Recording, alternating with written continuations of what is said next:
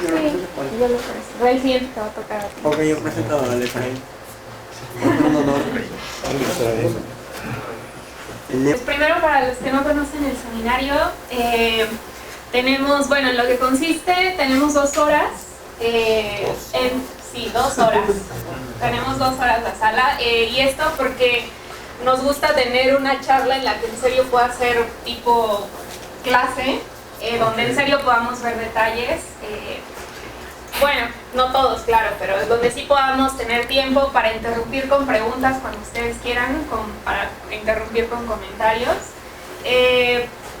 Y sí, o sea, en eso es, ¿no? Y pues somos, bueno, la idea es que seamos puros estudiantes para que nadie tenga, para que podamos discutir hasta las cosas más. ¿Ya están grabando? Ah, entonces, hasta las cosas que creemos que no son tan inteligentes. Bueno, entonces hoy tenemos a nuestro primer alumno de doctorado. Entonces tenemos a Juan, es alumno de Hernando Quevedo y trabaja en cuantización topológica y pues nos va a decir qué es eso. Así que, por favor, adelante. ¿Qué tal? Buenas tardes, muchas gracias. Ya como Alicia mencionó, yo trabajo con el doctor Hernando en el formalismo de cuantización topológica. Y esta plática es básicamente una cuestión introductoria al formalismo y va a comprender de las siguientes cosas, básicamente. Voy a dar una pequeña introducción a cierta motivación de qué debería ser una teoría y algo de cuantización topológica.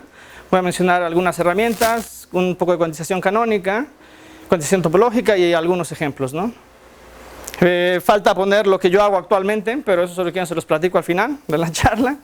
Y bueno, empezaremos ahora, ¿no? Entonces, esto es para, la introducción es básicamente para motivar, ¿no? El qué debería ser una teoría física, ¿no? Entonces, a grosso modo podríamos decir que una teoría física comprende básicamente 2 cosas, que es una definición teórica y una hipótesis teórica.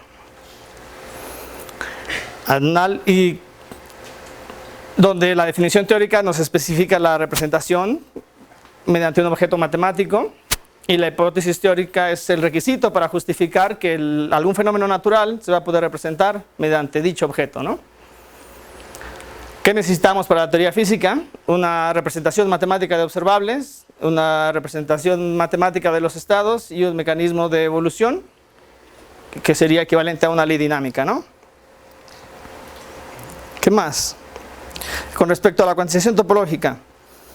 O sea, la cuantización topológica planea hacer un formalismo alterno al canónico. Porque, bueno, se sabe que el canónico pues, presenta algunas dificultades. Y surge con la idea de toda la información física cuántica relacionada a un sistema físico debe estar englobada en un objeto matemático que le llamamos un aspirado principal. Inicialmente nace con el trabajo de Patiño y Quevedo, donde hacen la cuantización topológica de campos gravitacionales, que básicamente es una idea de cuantizar el campo gravitacional como problema fundamental, ¿no? que está abierto actualmente. Ahora, dentro de las herramientas que voy a mencionar para el formalismo de la cuantización topológica, voy a definir lo que es, bueno, tenemos el operador derivada, que mapea las formas de grado K en las de K más 1, y a su vez esto nos permite definir ciertos espacios vectoriales.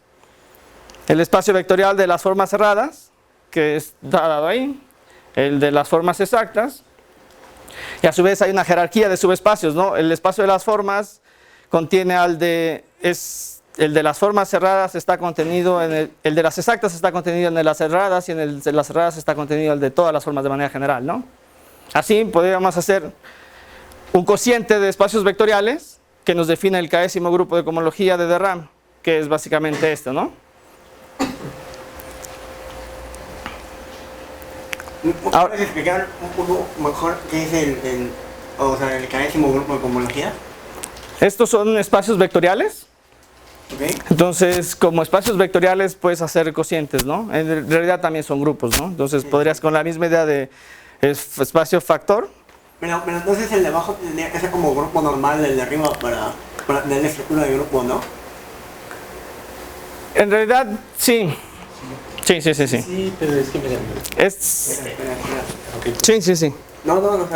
O sea, tú tienes este espacio vectorial, ¿no? Ajá. Pero además es grupo con la suma, ¿no? Entonces, Sí. es abeliano, entonces el de abajo también, ¿no? Ah, claro, porque es abeliano, sí. Exacto. Ya, claro. Entonces sí se cumple examen. Entonces, este es un espacio vectorial que a su vez es grupo con la suma, ¿no? Ya entiendo. Entonces, esto te define básicamente el grupo de cohomología de RAM de grado K, ¿no? Ok. En el póster que puse, ves que puse el teorema de Gauss-Bonnet, ¿no? Sí. Básicamente, para una superficie que no tiene frontera o para la integral sobre la superficie de la curvatura gaussiana por el área, ¿no? Es igual a 2pi la característica de Euler, ¿no? Sí. Ahora, una manera de pensar, o sea, porque esto es un entero, la característica de Euler, ¿no? Si lo piensas como una definición que doy en la siguiente página, la siguiente slide es Bueno, pero espérame, ¿ya viste por qué está? ¿Por qué está? Porque es K. ¿Carísimo? Ah, sí. Ah, ok. O sea, sí, tienes formas de grado 0, 1, 2, hasta la mayor. Pues, sí. Entonces, si defines el número de Betti késimo como la dimensión del espacio de cohomología, Ok. entonces la característica de Euler se puede denotar como la suma alternante de las dimensiones de los espacios, sobre los números de Betti, ¿no? Ok. Bueno, eso no es nada trivial, ¿no? ¿Sí? Es definición. Ok. Está bien. ¿Por qué se hace la suma alternante?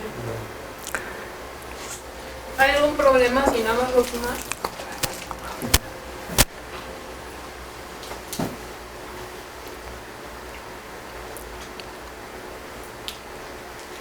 Cuando tú haces la característica de Euler de un objeto que se puede triangular, básicamente tienes esta fórmula, ¿no?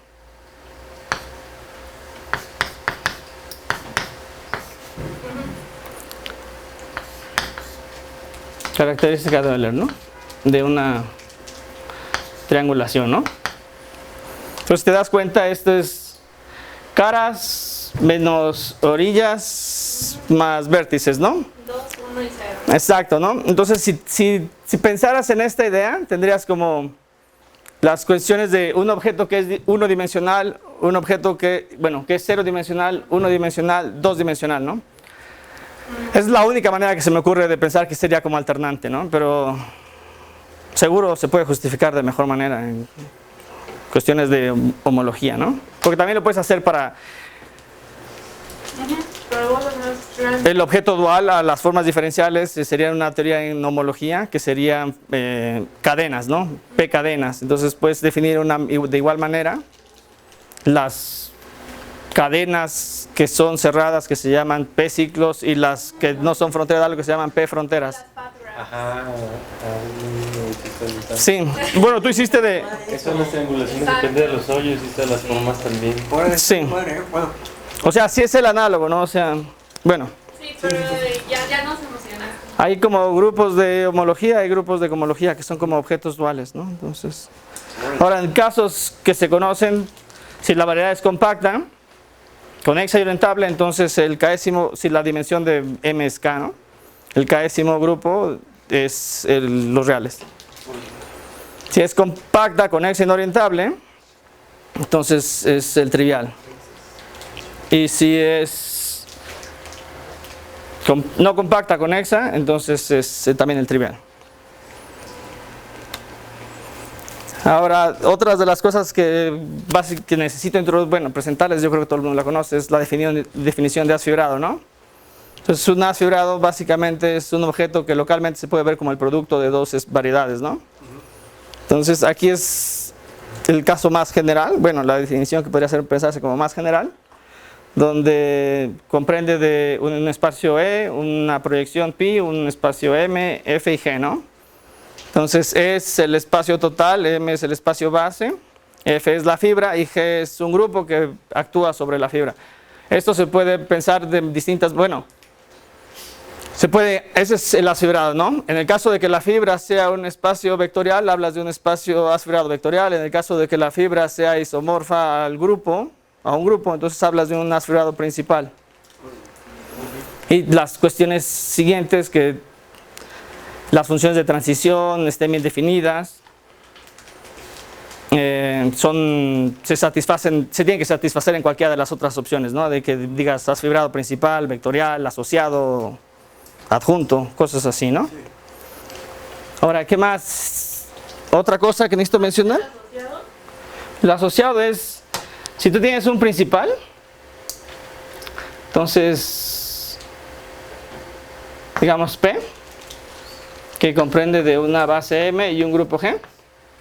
Entonces G tiene una representación, bueno, supones que si tiene una representación matricial, entonces G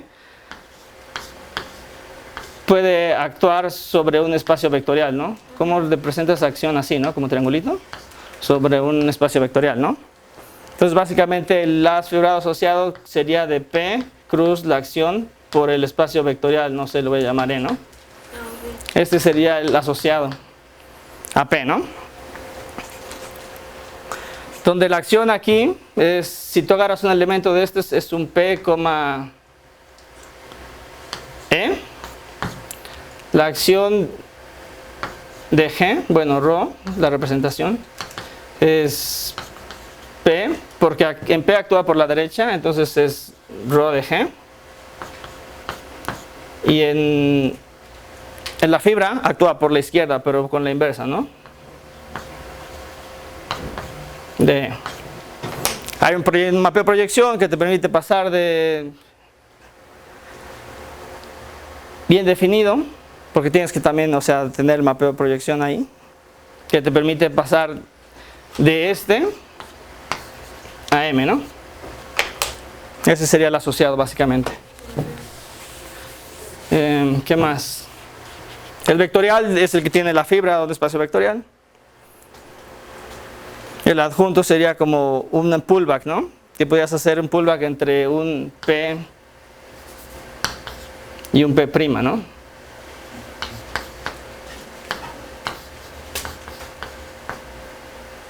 Entonces, estos están definidos sobre la misma base, el mapeo es entre las bases, entonces te permite pasar de P' a P.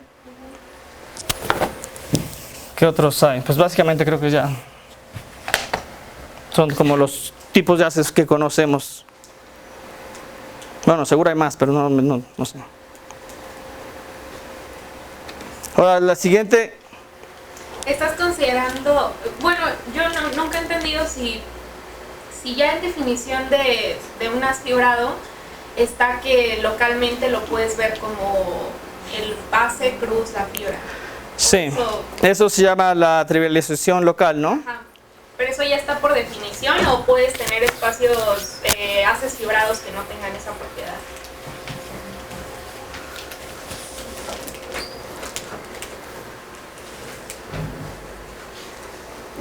Es un requisito. Ah, ok. O sea, todo asfibrado debe de tener una trivialización local. Okay.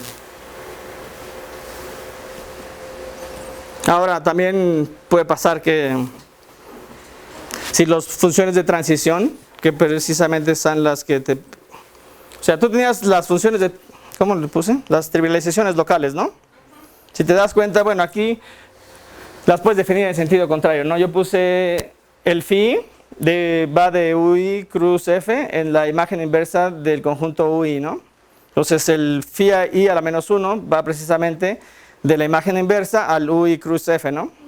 Entonces básicamente esto es lo que te dice que es la trivialización local, ¿no? Localmente el haz fibrado lo puedes ver como el producto de un abierto de M cruz una fibra que va a ser difeomorfa a la fibra estándar, ¿no? Sobre un punto.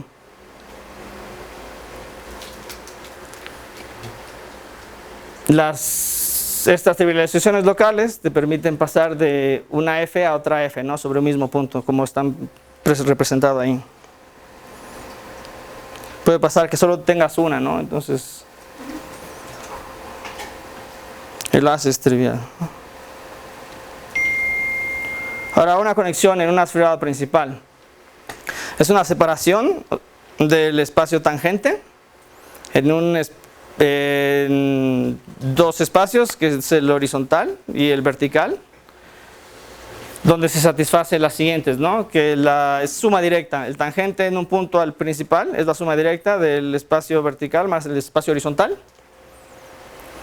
Entonces todo campo vectorial en el tangente al principal se puede descomponer igual como la suma directa de un vector que va en la parte horizontal y otra parte que va en el vertical. Y además el espacio horizontal, que es denotado por HPDP, Oye, es invariante. pero ¿el tangente principal qué es? O sea, tienes la variedad, metes las fibras y ahora estás pensando como el tangente en las fibras. O sea, No, esto es... una variedad grande, ¿no? Exacto. O sea, yo te dije localmente, P, localmente, digamos, es un UI, bueno, un U cruz G, ¿no?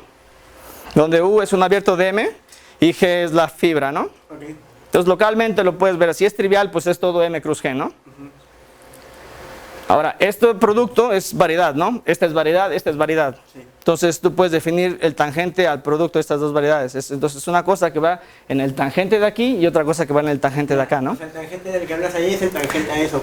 A esto. Ya, entiendo. Vale, gracias. Sí.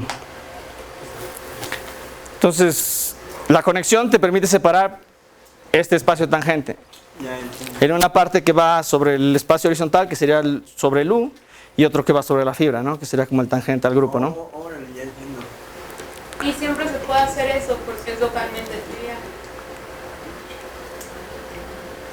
Toda fibra principal puede dotarse de una conexión, eso sí. Eso era mi pregunta. Sí. Ahora, esta definición pues es como muy abstracta y realmente no tiene como... O sea, para hacer cálculos es necesario introducir lo que se llama la uniforme de conexión.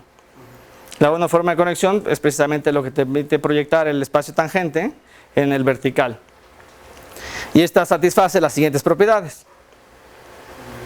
Que omega actuando sobre, donde es la uniforme de conexión, actuando sobre un campo fundamental, donde un campo fundamental es el campo que podrías definir mediante la acción de derecha del grupo sobre un punto. Entonces solamente te permite desplazarte en la fibra, ¿no? ¿Es un campo fundamental? Ya, yo lo entendí.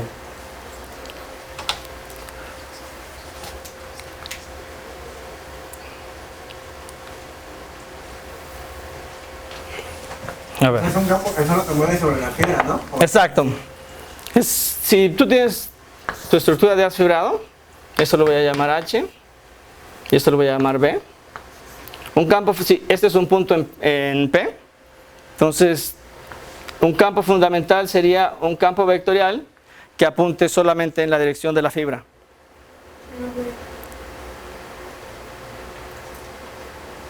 ¿Ok? Entonces, cuando lo contraes el omega con un campo fundamental, te da un vector tangente que pertenece al álgebra, ¿no? Un elemento del álgebra de Lie. Ahora, la acción, el pullback bajo la acción derecha del grupo sobre la uniforme de conexión tiene esta propiedad, ¿no? Que es la acción adjunta del elemento del álgebra, del grupo sobre la uniforme de conexión. A ver, Que básicamente es esta idea, ¿no? por ejemplo, en electromagnetismo, Ajá. la uniforma es el AMU, ¿no? Tiene, digo, el índice del grupo, el índice del álgebra está en 1 y el índice del TPM está en el espacio-tiempo, ¿no? Bueno, en el tangente, Ok. ¿sí? Y esa va a ser la omega. Y entonces la omega, cuando actúa sobre algo que solamente se mueve en la fibra, En realidad lo que tú haces en el electromagnetismo estás utilizando ya la proyección, porque básicamente tú agarras, hay una cosa que se llama una sección de un haz fibrado, entonces una sección sigma te permite mapear un abierto de U en pi a la menos 1 de U, ¿no? Entonces con sigma tú puedes agarrar la 1 forma de conexión en el total, y entonces sigma asociado a 1 abierto y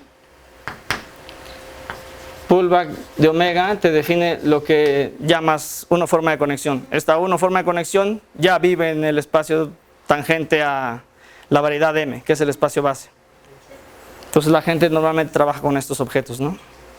Ese ya es el AMU nada más. Es el acto. Sí, o sea, sigue siendo un AMU, pero sigue teniendo valores en el álgebra. Pero los índices mu ya solo van sobre los tangentes del espacio, ¿no? De la variedad base. Ahora, con esta 1 forma de conexión, tú tienes definido de manera única el espacio horizontal, ¿no? Simplemente como el kernel de omega, ¿no? Son todos los vectores tangentes a un punto en el principal que satisfacen la condición de abajo, ¿no? Ahora, ¿qué más falta? Curvatura, ¿no? Sería el otro objeto que va... Una derivada covariante, ¿no? O sea, tienes que generalizar la parte de derivada, una derivada covariante exterior, que se define así, ¿no? O sea, si agarras una P-forma evaluada en el álgebra o en un espacio vectorial, ahí esta es precisamente lo que denota la parte de arriba, es una R-forma en P, evaluada en un espacio vectorial, ¿no? Entonces la defines de la siguiente manera, ¿no? La derivada de phi evaluada en todos estos campos es la derivada exterior en P, evaluada en la parte horizontal de los campos, ¿no?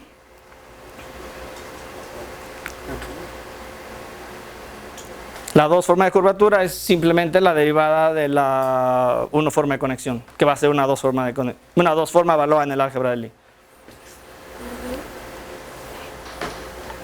Agarras dos vectores en TP y te da las ecuaciones de estructura de Cartan que normalmente todos identifican. Estas, ¿no? Hay una pregunta. O sea, la definición de derivada exterior depende de... O sea, bueno, al final es independiente del operador derivada que te tomes, ¿no? O sea, bueno, yo estoy pensando en geometría así normalita. Geometría diferencial, geometría riemanniana. O sea, el operador derivada exterior es independiente del operador derivada que tengas. Pero aquí estás definiendo justo tu operador derivada en términos de la derivada exterior. Entonces, no, bueno, eso me confunde un poco. O sea, es la derivada exterior pero covariante, ¿no? O sea, es la derivada de... ¿Cómo te diré? Es que, por ejemplo, piensa en electromagnetismo. No es la derivada covariante que usas en relatividad, ¿no? Es que la pregunta más bien sería como que cómo defines la derivada exterior sin usar una derivada covariante. Ajá, exacto. O sea, tú sabes derivar formas diferenciales, ¿no? Eso te lo da el operador derivada, ¿no? La derivada exterior te permite diferenciar formas diferenciales. Sí. Entonces, esta para que sea covariante se tiene que restringir a la parte horizontal de los vectores. Ya entiendo. La parte horizontal es la que trae la conexión, ¿sí, no? Sí. O sea, la parte horizontal, sí, no, o sea, la conexión te permite matar toda la parte horizontal. Pero yo estoy aquí definiendo la derivada exterior. Ok, pero la derivada exterior, ¿qué es lo que te mantiene? ¿La parte horizontal? ¿O de qué depende? No depende de ambas, de la parte horizontal y de la vertical. No. O sea, a ver. Esto es una definición. Así se define la derivada covariante, ¿no? Entonces, de la misma forma que tú tenías cómo definir derivada,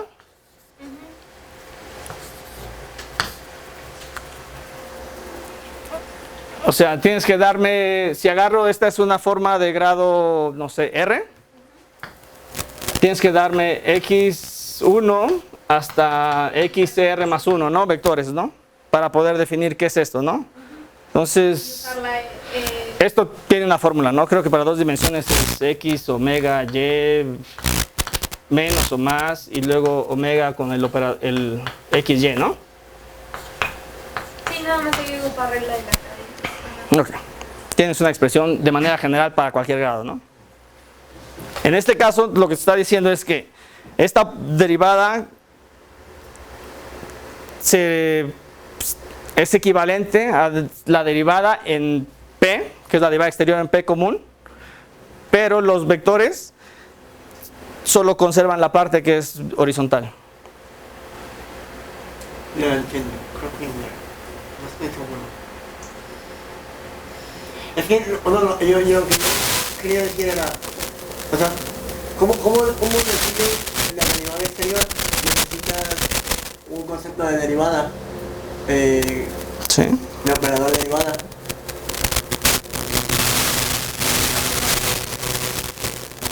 De hecho, no recuerdo cuál es el nombre. No. De la derivada que uses. Pero aquí tú defines un nuevo operador de derivada en términos de la derivada exterior, entonces por eso yo estoy algo confundido. Pero si no hay problema, O sea, al final. la parte de una forma sí la sabes derivar, ¿no? O sea, P formas sí sabes derivarlas independientemente de dónde estén definidas, ¿no? Reformas. Sí, es la derivada exterior. Entonces aquí Es es... que puedes definir la derivada exterior sin la derivada covariante, es lo que te estoy diciendo. No. Nomás entre formas diferenciales. Ya, Pidiéndole entiendo. casi las mismas condiciones y algo con el producto cuña en lugar de Ya con entiendo, el ya. producto tensorial. Sí, creo que ya. Ok. Sí. Y ese, Sí. ajá, Sí, esa ya. esa definición es independiente. Sí, y sí. que coincide con esta formulita que te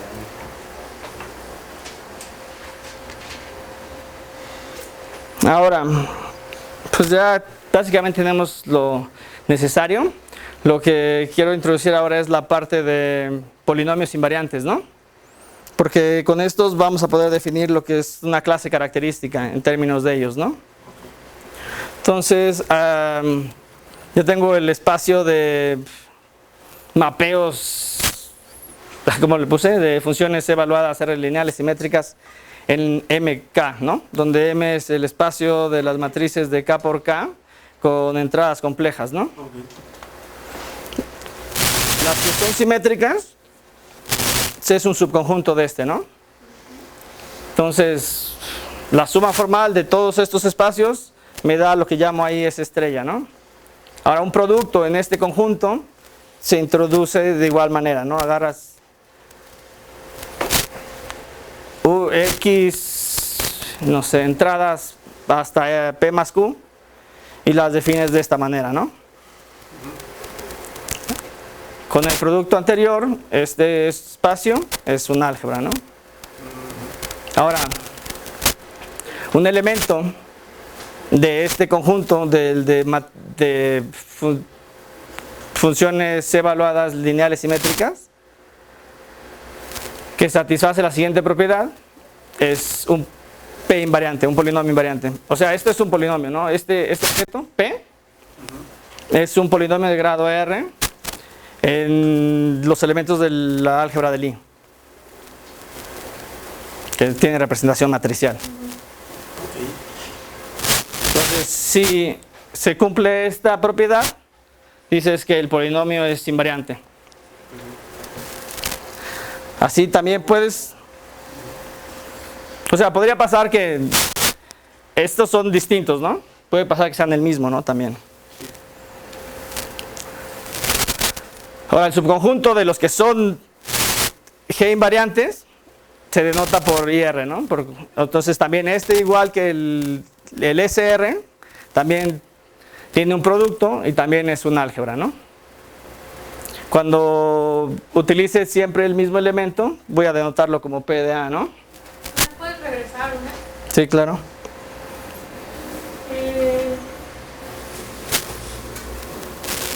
¿Tiene alguna... O sea, sí, esta última igualdad tiene alguna interpretación física? ¿Esta? Geométrica, sí. ¿Esta? Sí, esa igualdad. Ok, para lo que les quiero platicar es básicamente estos A's van a ser elementos del álgebra de Lie, ¿no? Porque voy a poner ahí una dos forma de curvatura, ¿no? Entonces la dos forma de curvatura es una dos forma evaluada en el álgebra de Lie, ¿no? Entonces, y sabes que la curvatura es G invariante, ¿no? O sea, bajo la acción adjunta Sí, o sea, f es g a la menos 1 de fg, ¿no? Entonces es add g a la menos 1 de f, ¿no? Entonces cuando hagas estos productos en el polinomio de curvatura, no importa cuál ocupes, va a ser independiente de cuál f escojas, porque así se transforma bajo, bueno, esta es la manera en que transforman los f's bajo una transformación de norma, ¿no? Entonces no importa cuál ocupes, va a ser el mismo. Entonces sí es importante, ¿no? Pues justamente la interpretación son transformaciones de norma, ¿no? O sea, como hace rato estaban diciendo, piensa en el electromagnetismo. Si esa es una variedad que te codifica un cierto sistema cuántico, sabes que hay invariancia de norma bajo uno porque sobra siempre una fase, ¿no? Puedes pensar en esos dos en sistemas que sean, por ejemplo, de momento angular y esa corre sobre esos dos lados, ¿verdad? Entonces, justamente la gracia a nivel físico, que es lo que preguntaban, puede ser de que la variedad está codificando información física del sistema de cómo deja invariante los operadores, justamente de rotaciones, o si quieres subirlo a sub 3, invariancia bajo color. Entonces, esas son las interpretaciones físicas. Entonces, este tipo de cosas son muy importantes, justamente, porque al final nos importa invariancia bajo transformaciones de forma. Sí.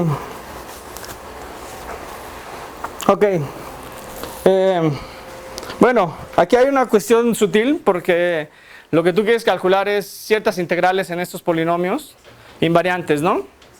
Entonces, tú necesitas, o sea, después voy a mostrar lo que se llama el teorema de Chern-Weil, que te dice que no importa qué curvatura, qué conexión utilices, el polinomio asociado a una...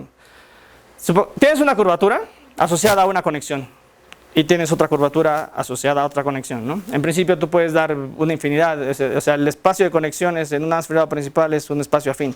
Entonces puedes darme toda una infinidad de conexiones ahí, ¿no?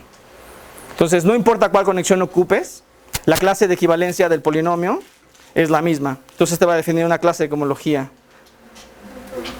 Y esta va a ser independiente de qué conexión utilices, ¿no? Entonces sí es importante esta parte de que sean invariantes bajo la acción del grupo, ¿no? Oye, bueno, una pregunta. O sea, leyendo lo que tú dijiste, o sea, al final esta teoría está construida, o sea, para que funcione, ¿no? En el sentido de que te estás tomando los que van a ser invariantes para que eso se te traduzca en invariancia de norma. Por eso botaste a todo lo demás, ¿no? Te tomaste solo los polinomios invariantes. No, o sea, tú sabes, o sea, bueno, hasta esta parte de la construcción sí va así, ¿no? Pero tú sabes que f transforma de esta manera, ¿no? O sea, la curvatura transforma así. Sí. O sea, entonces, pero justo la construcción es, me voy a tomar los polinomios invariantes para que mi tensor de curvatura le dé igual lo que yo escoja, no, y que además esto se traduzca en libertad de norma, ¿no? Es al revés, tú ya sabes, o sea, ya tienes ejemplos de que eso pasa, más bien estás construyendo, estás construyendo te algo estás que fijando en qué objetos te van a interesar. Que no es algo mañoso, pero ¿sabes? ¿Mañoso en qué sentido? Ajá, justo en este sentido de que te tomas los polinomios invariantes para que todo acomode como tú quieres que acomode, ¿no? No, hasta este momento yo te dije matrices. Entonces, matrices que satisfacen cierta propiedad de ser invariantes bajo cierta transformación, ¿no? Pero yo no te dije que son, bueno, después ya dije, ¿no? Que sí son matrices de alguna álgebra de Lie, ¿no? Ahora, la siguiente parte es, bueno, tienes dos formas de curvatura que toma valores en una álgebra de Lie, ¿no? Todavía no lo conecto con esto, pero tú sabes que la curvatura va a transformar de esta manera, ¿no? Entonces, precisamente va a ser un caso particular de estas matrices, ¿no? Sí. Entonces, no fue construido, o sea, fue como natural, ¿no? No es como obligado. Bueno, ok. O sea, porque tú hiciste la construcción acá y después te diste cuenta que hay un elemento, que es la dos forma de curvatura, que también tiene esta propiedad, ¿no? Podrías construir un polinomio en la dos forma de curvatura. Y ya está, ¿no? Okay. Entonces, esta construcción te permite para definir polinomios invariantes en la dos forma de curvatura, ¿no? Sí, ok.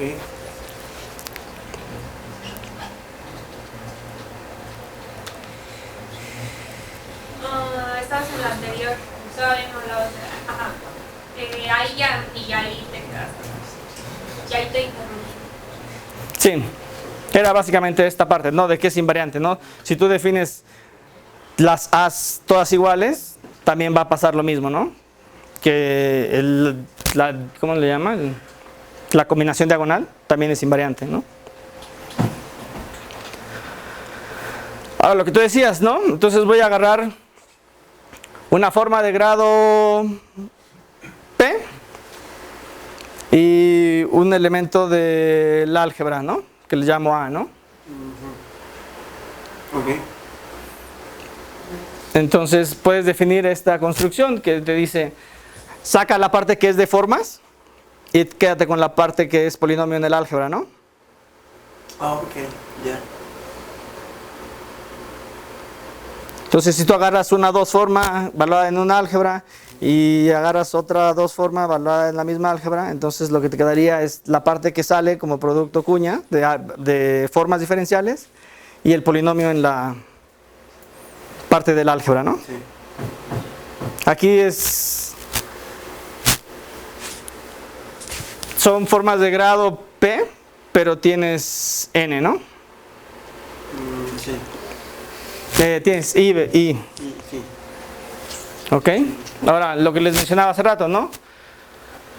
Que es el teorema de Chern-Weil, ¿no? Si tú agarras un polinomio invariante en la 2 forma de curvatura, entonces satisface que el polinomio es cerrado y que si agarras un f y un f' que relacionados a conexiones distintas, la diferencia de estos polinomios es una forma exacta. Lo que se traduciría en, si tú estos polinomios los integras sobre una variedad que no tiene frontera, las integrales de agarrar f o f', los polinomios de f o f' van a ser los mismos. Ya. Que era esta parte, ¿no? Si tú integras el polinomio asociado a f' menos el polinomio asociado al f, esto es una exacta, es la d de algo. Si lo integras sobre la frontera, pero si la variedad no tiene frontera, esto es automáticamente cero. Entonces, los dos integrales son las mismas, ¿no? Sí. Entonces, no depende de qué conexión utilices. Básicamente, también, si agarras un polinomio invariante que pertenece al conjunto antes definido, que era la suma formal de todos los espacios de polinomios invariantes. Entonces existe un mapeo que se llama el mapeo de clase característica, te permite relacionar el álgebra de las matrices, del conjunto de matrices G invariantes con el grupo de cohomología de la variedad M. Y este mapeo es un homomorfismo, se llama el homomorfismo de Weil. También si es un mapeo de F a N, se satisface esta propiedad básicamente, ¿no? Que te dice que la clase característica asociado al as pullback debe ser igual al pullback de la clase característica del as. O sea, en esta idea de que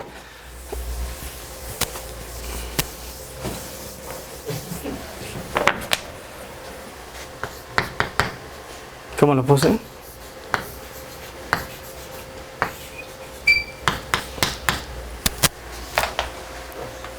Si tú haces la clase característica de en este, es equivalente a hacer la clase característica en este bajo el pullback, ¿no? Que es esta línea, ¿no? Sí. Yo ya me confundí, entonces, ¿qué cosa es la clase característica? ¿Cuál de estas definiciones es? Ok. Clase característica es básicamente una propiedad que te permite clasificar algún espacio. En el contexto que lo estamos viendo, estamos utilizando cohomología de de Rham, que es una en términos de formas diferenciales, ¿no? Entonces, los polinomios de grado acá. Si agarras un polinomio invariante en la 2 forma de curvatura, que asociado a una conexión omega y otro a una omega prima, que te den un f y un f prima, su diferencia es exacta, ¿no? Y el Entonces medio pertenecen, es cerrado, ¿no? Sí, son cohomólogas, ¿no? Entonces, con la misma idea, te permite definir clases de equivalencia de formas diferenciales. ¿Se acuerdan lo que puse de cohomología de RAM, no? Entonces, la clase de cohomología de RAM es una clase de cohomología para formas diferenciales que te permite definir clases de equivalencia, básicamente, ¿no? Cuando dices que dos cosas difieren por una forma exacta. Entonces, esas pertenecen a la misma clase, ¿no? Y entonces... Esto te está, en realidad, esas clases características son formas características, o sea, se les suele llamar clases características, pero en realidad son formas características, ¿no? Porque se definen clases de equivalencias. O sea, hay clases características en términos de otras cosas, ¿no? O sea, este es un caso particular, ¿no? Estamos utilizando cohomología, ¿verdad? Podrías definirlo con homología y tal vez homotopía, no sé. Entonces, este mapeo te permite relacionar lo que es el álgebra de los polinomios invariantes con el álgebra asociada al grupo de cohomología, ¿no?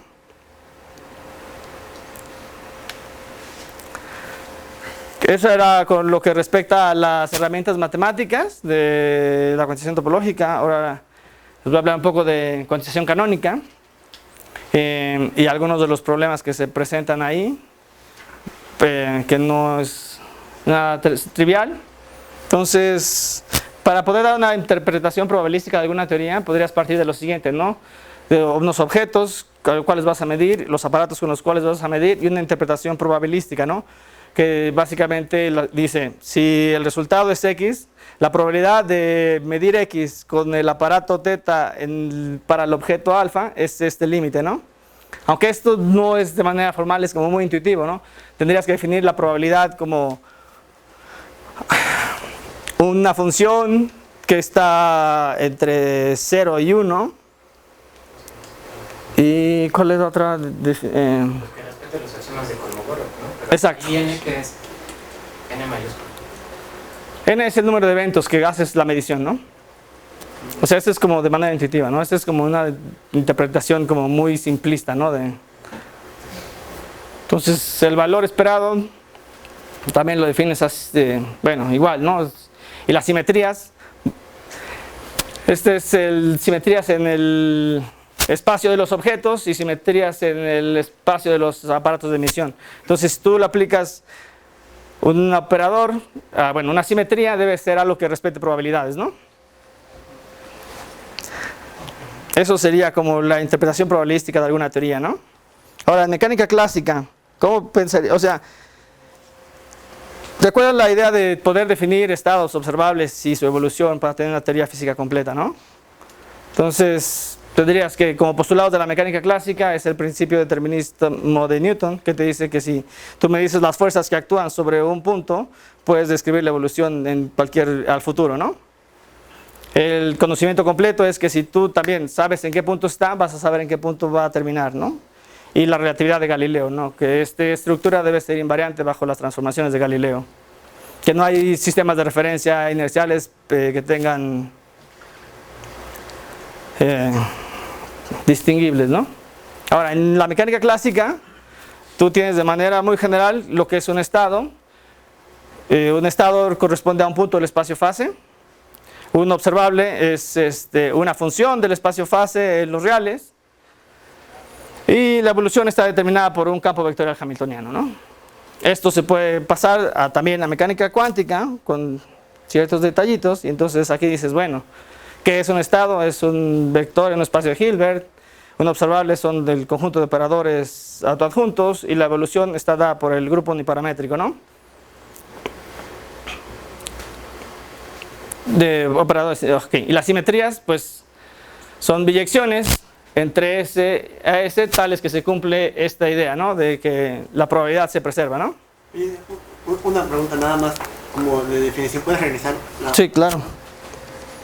Ahí donde dice campo vectorial hamiltoniano, o sea, lo primero que piensas es el hamiltoniano tiene que ser un campo vectorial hamiltoniano, pero ¿cuál sería la definición de un campo vectorial hamiltoniano?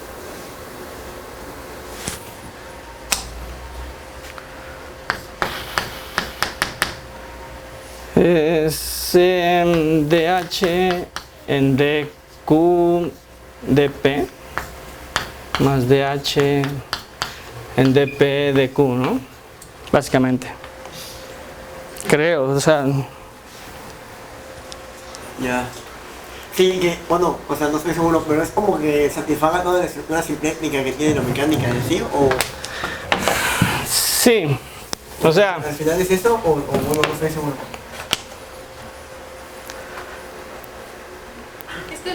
Bueno, este es un vector en el espacio fácil, ¿no? Lo que escribió. Ah, sí. Sí, pero básicamente tú cómo defines la evolución temporal de un observable, ¿no? F punto, Ajá. que es F, H, ¿no? Si H no depende, si, o H, F, ¿no? Dependiendo cómo lo defines, ¿no? Si este no depende explícitamente del tiempo, ¿no? Ajá. Pero esto es a su vez que F alfa, omega, ¿cómo le pones?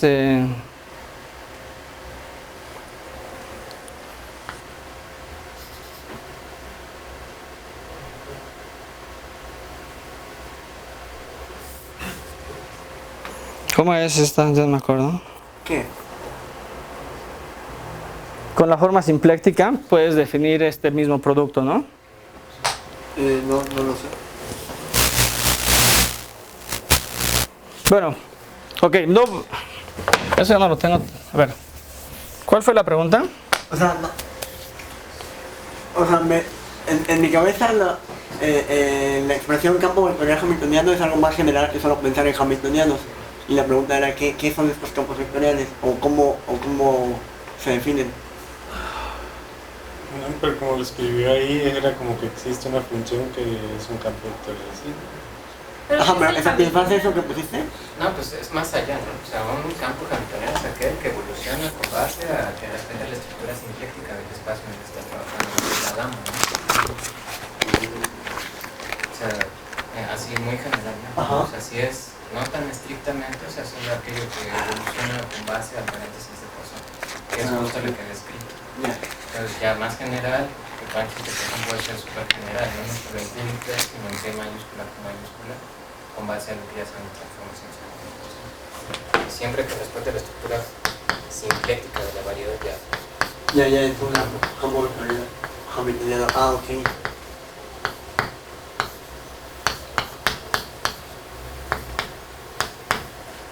Básicamente esto, ¿no?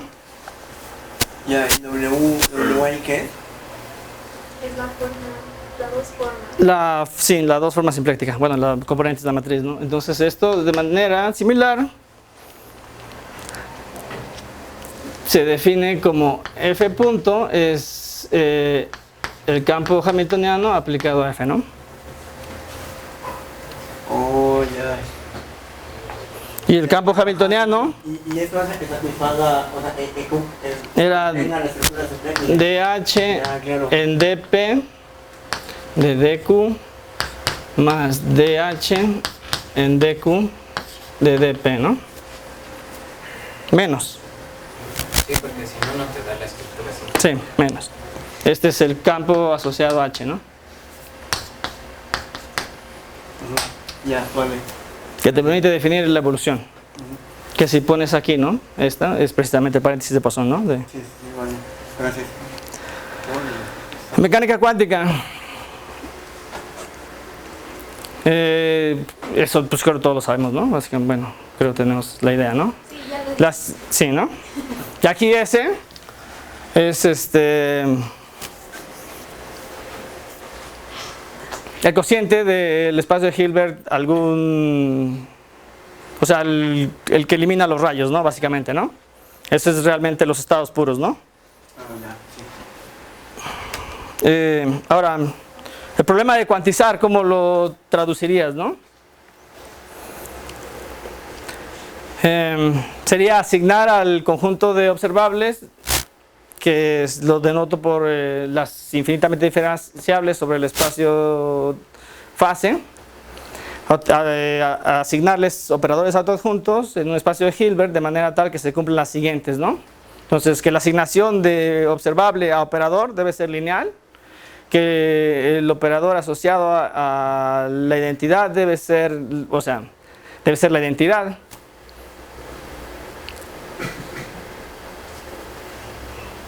O sea, la función constante debe ser la identidad. Y que para cualquier RO también sea saque escalares, ¿no? El proceso de cuantizar. Y las funciones coordenadas le van a corresponder los siguientes operadores para cualquier sección de cuadrado integrable, ¿no? Ahora, debe de haber una correspondencia entre los paréntesis de Poisson y el conmutador cuántico, ¿no? Básicamente en la que está ahí, ¿no? Este proceso, pues no se ha completado de manera, o sea, no se ha llevado de manera completa, no solo para ciertos casos se puede lograr. Si tus operadores son polinomios de grado mayor a 2 en la Q y en la P, pues ya no es nada trivial hacerlo, ¿no?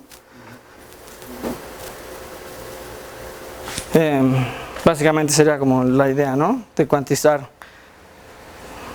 También, si extiendes este procedimiento, puedes llegar a la cuantización geométrica. La cuantización geométrica es una cuantización que ocurre sobre el espacio-fase y es asignar a toda variedad simpléctica un espacio de Hilbert y un mapeo que te permita llevar observables en operadores que sean lineales adjuntos en el espacio de Hilbert y que cumplan la siguiente, ¿no? Lo mismo estaba en el caso anterior, que el operador identidad corresponda al de la función constante, que el mapeo sea lineal, que también se preserve el paréntesis de Poisson y que el procedimiento sea functorial, ¿no? Si tú agarras dos variedades simplécticas y el difeomorfismo que las conecta, la composición de mandar observables del espacio 2 hacia el 1 y no, la composición debe mandar los observables de 2 hacia el 1 y debe existir un operador unitario que satisfaga lo siguiente, ¿no? Esto falta una más y que con la forma simpléctica estándar que agarras para R2N los operadores que obtienes sean los ya conocidos, ¿no? O sea, este proceso también no se puede lograr de manera completa, o sea, hay muchas complicaciones para hacerlo, inclusive solo para el caso de cuando agarras el RN, porque este es hablando de cualquier variedad simpléctica, no estás hablando de RN, ¿no? Entonces eso no se ha completado y lo que Van Hoff demostró es que hay una cosa que se llama una precuantización, es esta, ¿no? Esta sí, la precuantización sí se puede hacer para el caso del tangente cotangente a Rn y donde tu forma simpléctica es la canónica. Entonces pasa lo siguiente, ¿no? Está dada por la precuantización de Tm, donde M dijimos que era la canónica, te dice que la asocia el espacio de Hilbert de funciones de cuadrado integrable en Tm, evaluadas en los complejas, y para cada f el operador está dado por, o sea, el operador que cuantiza es este, ¿no?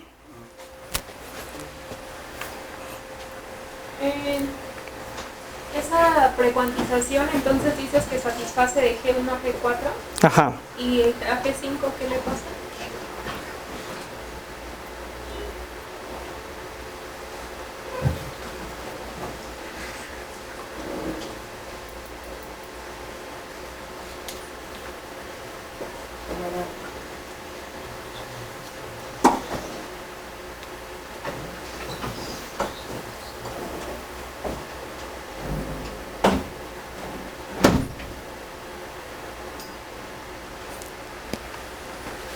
No sé si se satisfaga. A ver.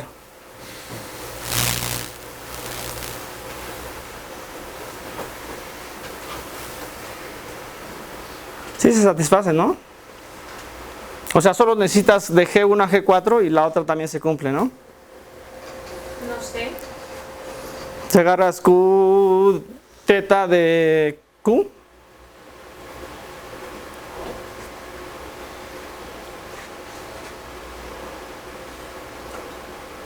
Solo te quedaría la parcial con respecto a Q, lo demás es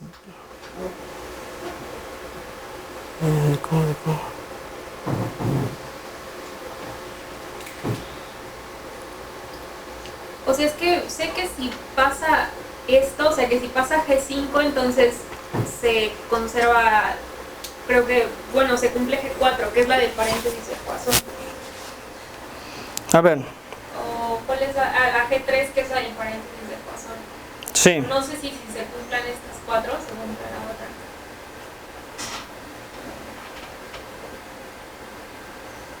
Ok, no lo recuerdo, pero creo que sí se debería cumplir. Lo checo y... Okay. Sí. Bueno. Con lo que respecta a cuantización topológica, ¿no? Eso era más o menos una introducción básica a lo que era cuantizar, que no sabemos cómo hacerlo porque no hay una manera única. Hay distintas cuantizaciones.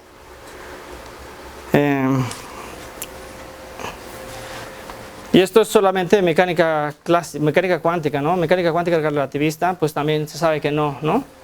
¿Puedes mover un poco el cable para que se vea bien de color?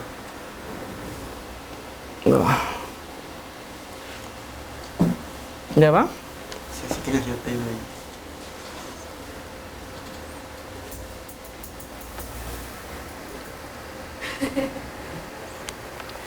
Ya está, la aprendí. Sí.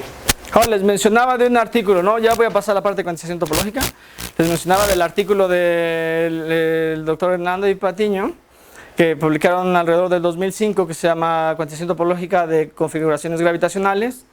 Y en estos artículos ellos mencionan los siguientes, enfatizan lo siguiente, ¿no? Que podríamos pensar como algunos teoremas, ¿no? Dentro de ellos, ¿no? Que dice que una solución a las ecuaciones de Einstein en vacío puede ser representada por un único aspirado principal, donde M es la variedad del espacio-tiempo y el grupo de simetría es el SO13, ¿no?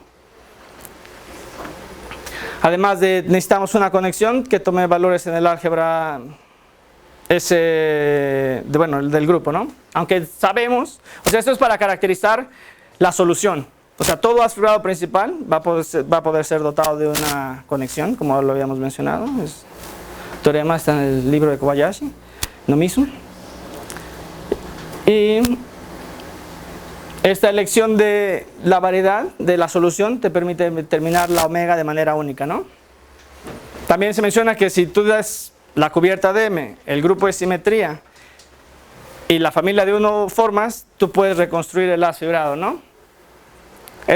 Hay teoremas de reconstrucción dentro de la teoría de haces fibrados principales, que es, si tú me dices la base, la fibra y las funciones de transición, tú puedes reconstruir un haz fibrado hasta difemorfismos. O sea, equivalentes, sí. Y no, o sea, ¿en serio no surge ningún problema con que pongas el grupo de Lorentz? Porque por todo esto de que no es conexo.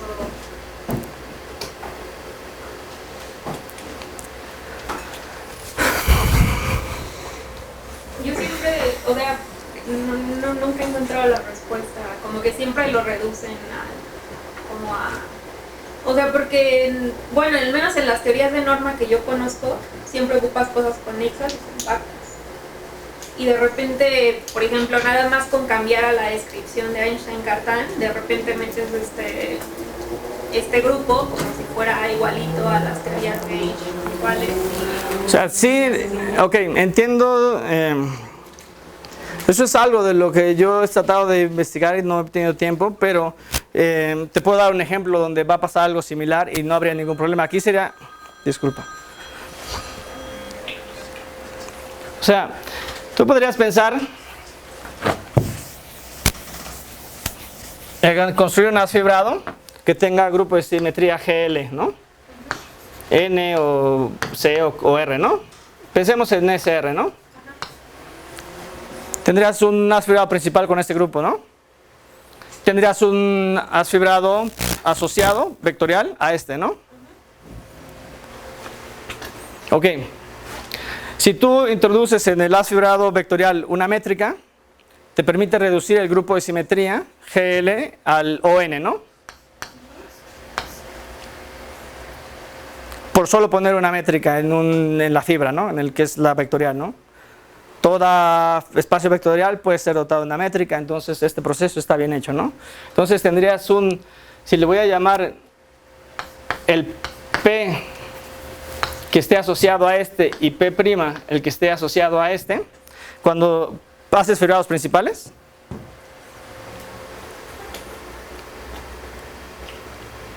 este y este tienen la misma información topológica.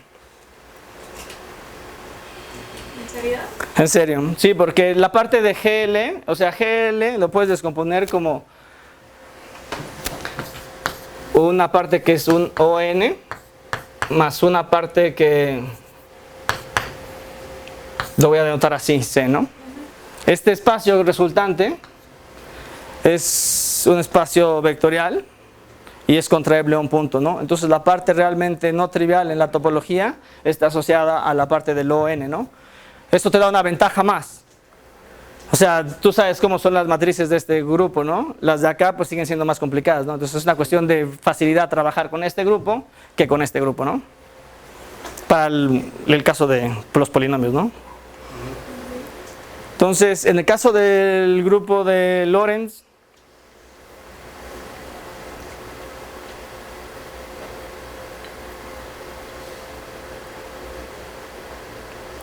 no sabría decirte la respuesta. O sea, yo siempre he supuesto es que trabajan como siempre, o sea, que trabajan nada más con la componente que está donde está la identidad, donde no hay inversión. Ya ves, porque hay una que tiene inversión temporal, pero siempre trabajan nada más con la que tiene la identidad y ya.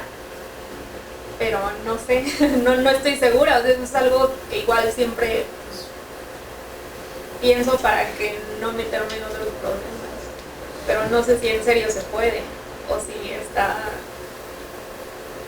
si formalmente es posible solo olvidarte de lo demás y trabajar con esa componente del grupo de notas. Es que esa componente es la que tiene, como o sea, tiene identidad, es especial. Ajá, exacto. Y la maravilla es que tienes tienes 4 componentes conexas. 4, sí. Tú te puedes parar en cualquier punto de la componente que tiene la identidad y con una transformación puedes pasarte a cualquier otro de las otras componentes conexas. O sea, todos los puntos son alcanzables con estas transformaciones de paridad e inversión temporal. Ajá. Entonces te quedas con la que tiene la identidad porque es fácil trabajar ahí, pero estás seguro que siempre te puedes pasar a cualquier punto de las otras con estas transformaciones. Justo eso es lo que no estoy segura. Según yo, o sea, eso, o sea, sí se puede demostrar y todo. Yo no sé cómo se hace, pero según yo sí no hay problema con eso. Sí, justo esa demostración que tiene un problema. Pero bueno, puedes seguir. Igual seguimos teniendo esa pregunta. Bueno, puedes identificar el álgebra de Lie como el espacio tangente de la identidad del grupo, ¿no? Entonces, si quieres hacer esta cuestión de aproximar linealmente, tendrías que situarte ahí, ¿no? En el que contiene la identidad. Sí, pero justo mi pregunta es, ¿no hay información física que se está perdiendo por las otras componentes? Porque justo, o sea, con transformaciones del álgebra, si te paras en la identidad, solo te vas a quedar en esa componente conexa, no puedes saltar a otra. Con nada más con moverte infinitesimalmente. Entonces justo, o sea, si hay algún bifeomorfismo o algo así entre las distintas componentes, entonces no perderías información física. Pero si no lo hay, justo es mi problema. O sea, para el caso que estamos pensando, si me crees la anterior, o sea, de que la curvatura es invariante, o sea, cómo transforma la curvatura es mediante la acción adjunta. Entonces, pero ahí utilizas todo el grupo de Lorentz o solamente la parte que es conexa a la identidad, o sea, pues, desde la construcción. Creo que no importaría cuál utilices, ¿no? ¿Pero por qué? Porque precisamente este polinomio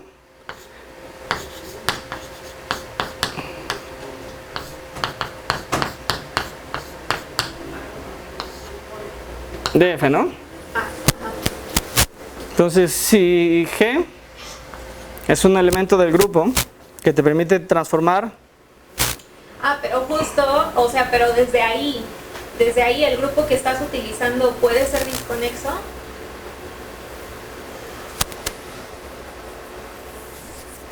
Yo creería que no. ¿Eh? Yo creería que no. Que no puede ser disconexo. Exacto. Y el punto es que aquí tenemos un grupo disconexo. Justo, o sea, justo mi pregunta es, o sea, todo lo que siempre se formula con teorías de norma, ¿se puede en serio nada más así pasar a usar el grupo de Lorentz?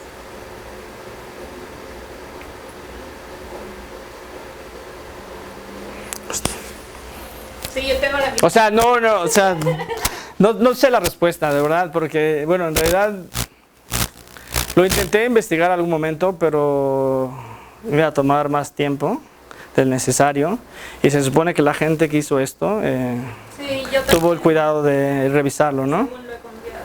Sí, exacto, no. No sé por qué. Sí. O sea, sí, estas integrales, o sea, no sé, la definición de medida en un grupo que no sea compacto, no sé si esté bien hecha, ¿no? Para poder integrar formas que vivan ahí, ¿no? Bueno, entonces presentan dos cosas, ¿no? Voy a continuar. Te dice que si tú das la cubierta y das el grupo de estructura, debes de satisfacer las conexiones en el espacio base, en el espacio-tiempo, debes satisfacer estas cosas, ¿no? Que se peguen bien, ¿no? Básicamente es la idea, ¿no? Que si tú tienes dos conexiones ahí AJ, en el traslape, las conexiones deben de pegarse bonito, ¿no? Eso te va a dar una condición de compatibilidad. De igual manera hay un teorema de reconstrucción, que si tú das estas conexiones y cómo se pegan, el grupo de simetría, la fibra, puedes reconstruir el haz fibrado principal del cual pertenece, ¿no? Ahora, continuando, en otro artículo ya los presentan como teoremas, ¿no? Francisco Nettel, Hernando y básicamente ellos dos, con la construcción anterior llegan a estas cuestiones que les llaman los teoremas fundamentales, ¿no? Donde dice que toda configuración clásica puede ser representada por un único aspirado principal. MG estoy haciendo énfasis en que es un espacio riemanniano que tiene una métrica particular, ¿no? Y G es el grupo de simetría, ¿no? Además de una forma de conexión en este haz, asociada a la métrica, ¿no? Ahí el segundo teorema es que dice que un sistema mecánico conservativo con K grados de libertad puede asociarle un aspirado principal de la dimensión total, esta, y álgebra de Lie SOK, ¿no? Básicamente la simetría del sistema debe ser el grupo SON, ¿no? O SOK en este caso. Aquí la variedad que escoges como espacio base es una variedad riemanniana que tiene asociada una métrica que es la métrica de Jacobi, que no sé, esto lo vieron de mecánica clásica alguna vez, ¿no? Que es el principio de Maupertuis, que básicamente te permite rescalar la función, el tiempo, por una 2 veces e menos b dt de tau. Si tú rescalas el tiempo de esta manera, la acción simplemente se puede reescribir como el elemento de línea, ¿no? Es como escoger un parámetro, ¿no? Ves que tenías la velocidad, ¿no? Es como renormalizar la velocidad a 1, ¿no? Entonces, con esto tú haces el cálculo, haces la variación de esto y te da las ecuaciones de las geodésicas de este sistema, ¿no? Que corresponden a las ecuaciones de la mecánica, ¿no? Normal, ¿no? ¿Por qué lo hicieron así? Porque precisamente esta métrica de Jacobi contiene la información necesaria para caracterizar de manera unívoca el sistema, porque va a tener la energía total y el potencial, ¿no? Que si tú lo planteabas de manera original, solamente tenías la parte que va con, o sea, si tenías la métrica G alfa beta alfa Q beta, ¿no? Que es la métrica que va enfrente de la parte cinética, ¿no? Entonces es posible expresarla para que esta G, que inicialmente solamente era diagonal y tenía uno, bueno, si esto era Q, bueno, sí, o sea, alfa, beta, ¿no? Que normalmente es la diagonal, ¿no? 1, 1, ¿no? La que tiene entradas 1, 1, ¿no? Y una pregunta. ¿Cómo haces la diferencia entre simetrías de espacio-tiempo y simetrías internas? Porque, o sea, aquí estás diciendo en el teorema fundamental 1 que la configuración clásica tiene un único haz fibrado. Y para esta cosa MG y un grupo de norma G, y en el caso de electro, pues el único haz fibrado que tienes es el 1, ¿no? Y tienes la conexión a mu y todo esto. Pero también tienes el SO3, ¿no? SO3,1, que es otro grupo de norma. Sí. Que quieres que sea relativista. Pero... Sí, eso depende que... Eso no entra aquí, ¿no? No, porque, bueno, depende qué quieras describir, ¿no? Si quieres describir el electromagnetismo, pues agarras el G del electromagnetismo, ¿no? Que es el de simetrías internas, ¿no? Si quieres describir algo que sea del espacio-tiempo, pues agarras el G como el grupo de simetría de Lorentz, ¿no? Pero los puedes pegar como en el modelo estándar. Ajá, esa es mi duda. O sea, aquí dice que es un único haz fibrado, pero al parecer sí lo puedes pegar, ¿no? O sea, puedes agarrar un grupo... ¿Es único o es lo...? O sea, eso no No, pues sí, o sea, ese va a ser el nuevo G, ¿no? O sea, por ejemplo, si tienes electromagnetismo en un espacio-tiempo curvo, entonces vas a tener SO3, 1, bueno, vas a tener Lorentz y vas a tener 1. Ok. Entonces se puede ser tu G, ¿no? Nada más pegar los dos grupos. ¿Sí o no? No. Es que sí se hace bueno, es que así se hace en el modelo estándar, ¿no? O al menos eso es lo que yo he entendido, o sea, solo pegas los grupos. A mí me da la impresión de que sí estás haciendo una diferencia entre simetrías del espacio-tiempo y simetrías internas. Por eso he preguntado eso. Pero no sé. Pero justo el punto es no hacer eso. Bueno, siempre Leonardo me decía eso. Justo O sea, el punto es ya no distinguir entre simetrías del espacio-tiempo y simetrías internas. pues yo te estoy dando el espacio base con una métrica, ¿no? Ajá.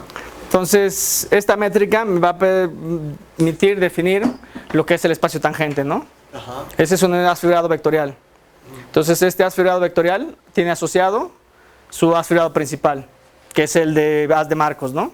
Si escojo la simetría SON, entonces el haz fibrado principal es el SO, ¿no? El que tiene grupo de simetría SO, bueno, fibra SON, lo que sea, ¿no? Entonces, con la métrica, yo podría darte el haz fibrado principal asociado a las simetrías del espacio-tiempo, ¿no? Sí. Ahora, el G lo puedo obtener de qué sistema quiero modelar, ¿no? O sea, si yo quiero modelar el electromagnetismo, yo sé que el electromagnetismo debe tener como grupo de simetría al 1, ¿no? Y así, si quiero hacer una teoría de norma, sé que los índices de la teoría de norma son de SUN, ¿no? Básicamente. Eso es lo que te permitiría definir las dos cosas que aparecen ahí, ¿no? Sí. O sea, porque tengo que definir, o sea, ahí es para enfatizar que es un G particular, ¿no? Para describir un espacio-tiempo particular. Ok. O sea, como que las simetrías del espacio-tiempo ya vienen, o sea, la información de eso ya viene sobre la M y la G, ¿no? Exacto. Me estás diciendo sí, claro, ya. Y por la parte estás pensando en simetrías internas. Sí, exacto. Ya. Sí. O sea, porque no es nada trivial poder definir, o sea, tú querrías de manera...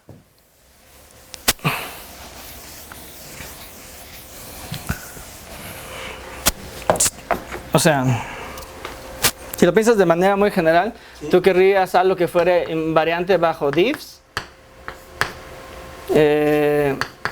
cruz algún G de simetría, y ya, ¿no? Pues sí, eso sería bien. Eso sería la parte como, entonces, SL2-CEN podría ser una solución, ¿no? Para acoplar materia y campo gravitacional, ¿no? Sí, pero, o sea, sí, porque necesitas el espacio de las métricas, ¿no? Tienes que escoger el espacio de las métricas riemannianas de sigma, ¿no? Tienes que agarrar cruz el espacio de el espacio móduli, ¿no? Que es el de las conexiones. Ajá. Cruz, alguna cosa que sea como el de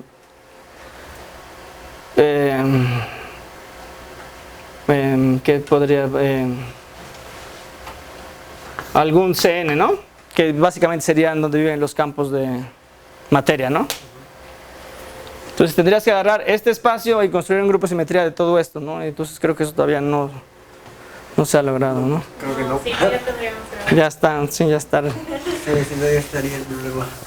Entonces, sí, esta no es la idea, esto es agarrar una particular y decir voy en este camino, ¿no? Ah, ok. Entonces, en el caso de la mecánica, con sistemas con un número finito de grados de libertad, también se cumple el siguiente, ¿no? Eso está en los artículos, ¿no? Ahí luego si quieren las referencias se las paso. ¿Qué más? Ahora, para poder definir, o sea, la idea hasta ahora... ¿Te puedo preguntar algo? Sí, claro. Sé que ibas a volver, pero 2 slides en el anterior. ¿Tienes así alguna idea de cómo pasar de...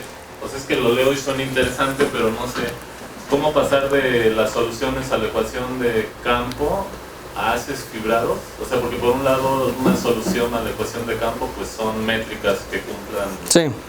ciertas restricciones, como en este caso en el vacío, pero la verdad no se me ocurre o no veo cómo a eso le asocias un as. Ok.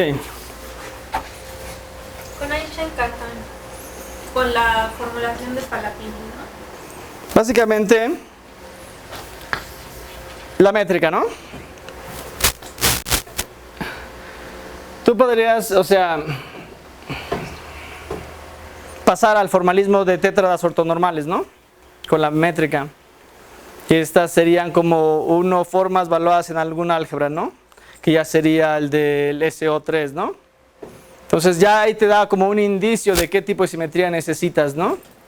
Porque quieres que qué objeto quede invariante, bueno, qué transformación deje invariante el producto de la contracción de vectores aquí, ¿no?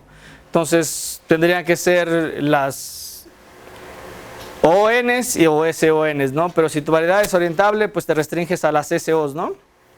Entonces de ahí tú podrías ya, bueno, ya tengo un cierto tipo de simetría que me indica qué construcción debería hacer, ¿no? Entonces podría pasar a la formulación en tétradas, la geometría diferencial en poliadas o eneadas, no sé cómo lo quieras llamar, y eso ya te daría el as fibrado principal, ¿no?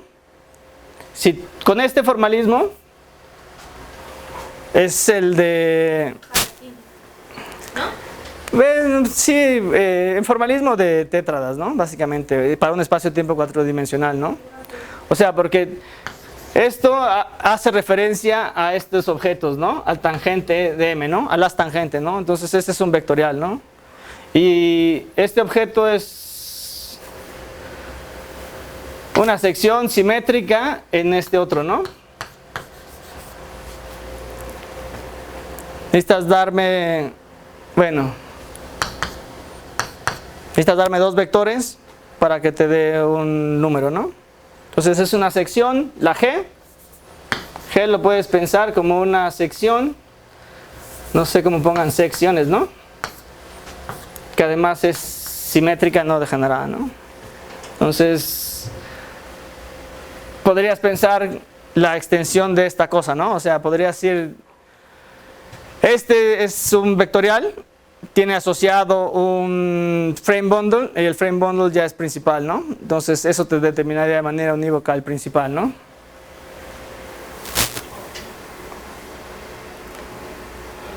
Gracias. Sí. Que es básicamente reexpresar, ¿no? Esta G que era como G mu nu dx mu dx mu en algo que sea eta mu nu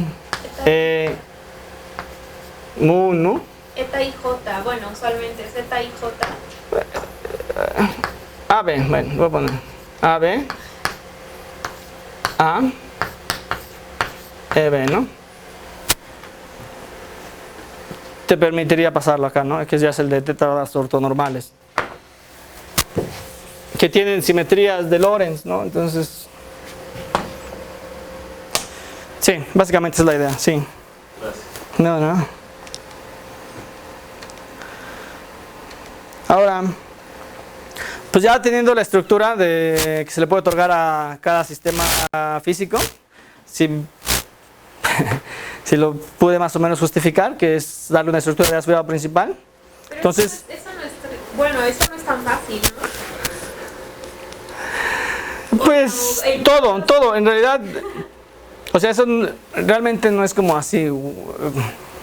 Todas las teorías de norma tienen estructura de aspirado principal, ¿no? Ajá. Entonces, toda la geometría diferencial tiene estructura, se puede reexpresar en el lenguaje de aspirados principales, ¿no? Ajá, pero si uno agarra un sistema físico, el que sea, Conservativo. y sí, bueno, ok, sí es conservativo.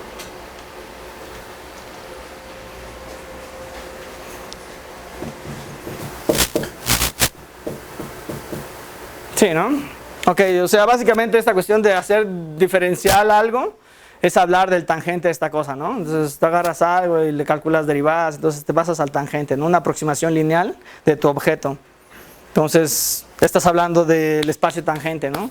El espacio tangente a algo siempre es espacio vectorial, haz tangente, aspirado vectorial, y obviamente, bueno, tendrías el asociado principal a este haz vectorial, ¿no? Entonces podrías trabajar con haces aspirados principales y olvidarte de los vectoriales.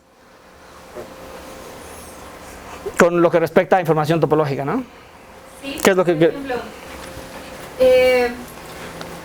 si tienes, o sea, es que los ejemplos que diste en cuantización canónica, de que, por ejemplo, podemos cuantizar canónicamente un oscilador armónico, pero si le metemos alguna perturbación que no se pueda resolver exactamente, ya uno tiene que utilizar teoría de perturbaciones, etcétera, porque ya no lo puede cuantizar nada más así. Ok. Y por ejemplo, si agarro uno de esos,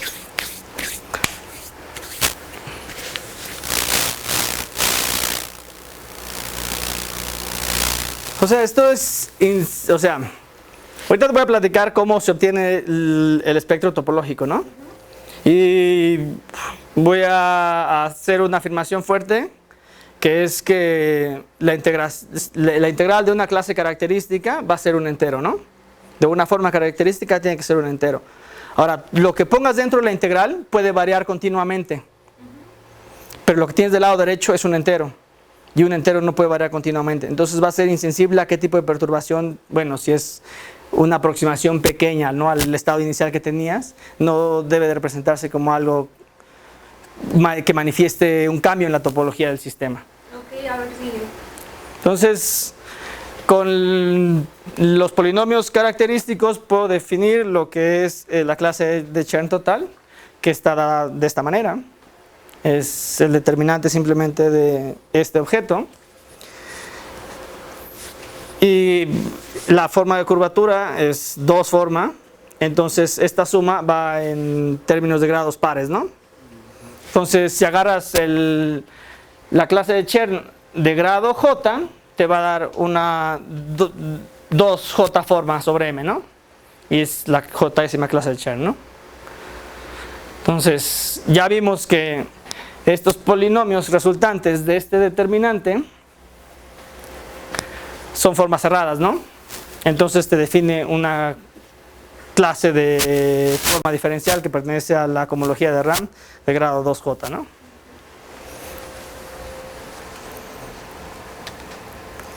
De igual manera, en el caso de la Chern, estas son en una esfera vectorial que tiene la acción de un grupo SUN, ¿no?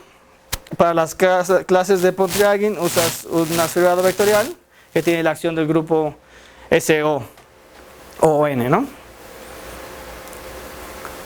En principio podrías escoger el GL, como les mencioné hace rato, ¿no?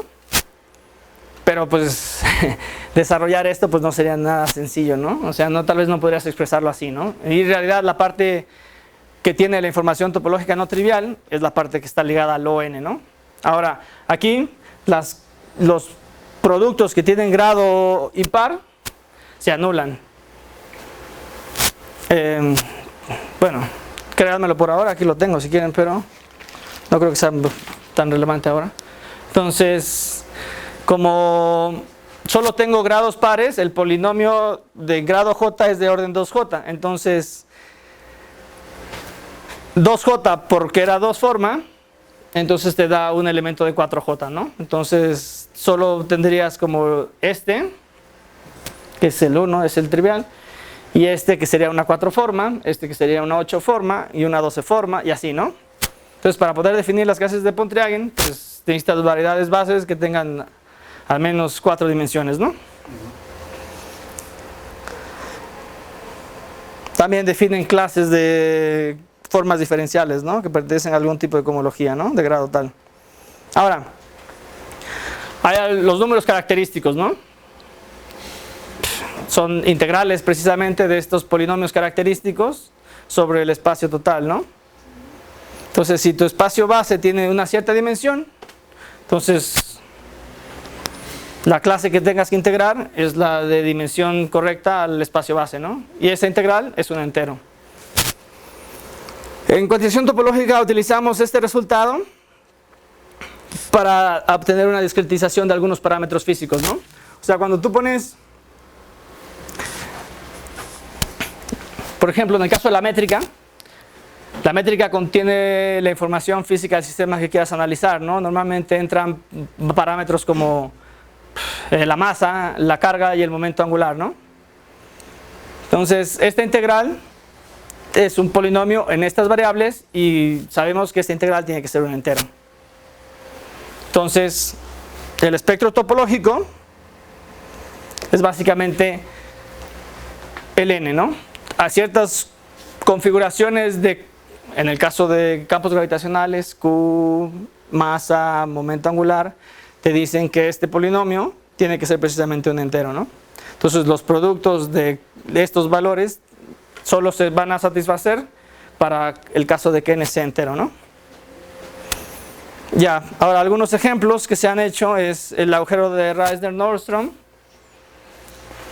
que tiene elemento de línea el siguiente. Y entonces básicamente lo que se hace es pasar al formalismo de tétradas, que están dadas por esta forma. Es un campo electromagnético asociado a el campo gravitacional asociado a un electromagnético, y ahí están las ecuaciones, ¿no? Básicamente eso es lo que estoy presentando. Aquí usan esta condición, la de compatibilidad, para que las conexiones se peguen bien, y encuentran condiciones de cuantización que deben de satisfacer las funciones los parámetros que entran en las funciones de transición. ¿Qué es esto, no? Entonces defines el potencial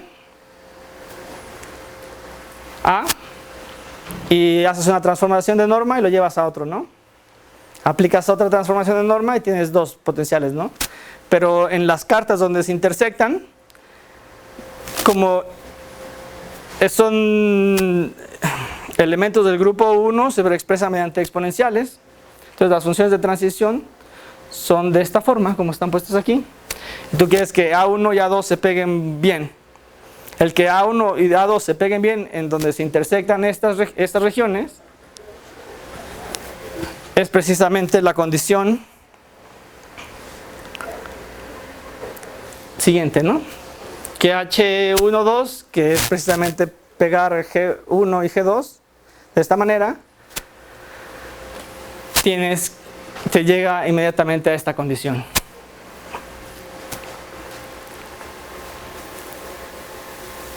De esta parte, ¿no? Pero... así ya. Entonces la cuantización otorgada por este método, que es solamente que las funciones, que las conexiones se peguen bien en el espacio base, te dice que la carga y la masa están relacionadas de esta forma para que tengas un entero, ¿no? Solo ciertos valores de la carga y la masa te pueden dar un entero, ¿no? Ese sería como una cuantización, ¿no? El siguiente ejemplo es el del oscilador armónico, ¿no? Entonces agarras dos osciladores armónicos con la idea de que si estás utilizando forma de curvatura, entonces el grado más pequeño sería la de la dos forma, ¿no? Entonces para un oscilador no funciona, necesitas dos osciladores y hacer el cálculo, ¿no? Entonces es lo que le decía, la métrica es diagonal en este caso, porque tienes Q1 cuadrado, Q.2 cuadrado. Y haces la métrica de Jacobi, que es básicamente una transformación conforme de la diagonal. Y identificas tétradas. Ahora la curvatura en términos de tétradas se escribe de esa manera. Oye, entonces no puedes cuantizar un oscilador armónico nada más con esto. No. O sea, bajo este esquema no. Ok. Pero eso sí no está feo. O sea, es el oscilador armónico, ¿no? Uno esperaría poder reproducir pues resultados que uno ya... O sea, yo pensaría que independientemente del método de cuantización que a alguien le guste utilizar, las consecuencias de cuantizar teorías deberían de ser siempre las mismas, ¿no? Y el oscilador armónico pues está en todas partes. Es el... Ajá. Sí, claro. Y el oscilador armónico con cuantización canónica o integral de trayectoria, pues se puede cuantizar. Es el ejemplo más querido, ¿no? Ajá, igual querido, porque todos son los osciladores armónicos, ¿no? Sí. Entonces... Sí. O sea... O más bien la pregunta sería, no hay manera de modificar, o sea, no hay gente queriendo modificar esto para poder cuantizar el oscilador armónico. Es que si tú quieres utilizar el formalismo de clases características en términos de la dos formas de curvatura, ¿qué dimensión debería tener tu espacio base, no? Mínimo. Ok. 4. ¿O dos? Pero es que es... Pero si fuera 2, pero es que 12 si usas las clases de Chernow. Dos es... Bueno, ahí me faltó mencionarles algo, porque les hablé de clases de Pontryagin, ¿no? Que es polinomios invariantes en la dos formas de curvatura, ¿no? También hay los que se llaman las formas fafianas, ¿no? Estas son... en vez de tener, por ejemplo, el caso más simple, ¿no? Es si agarras...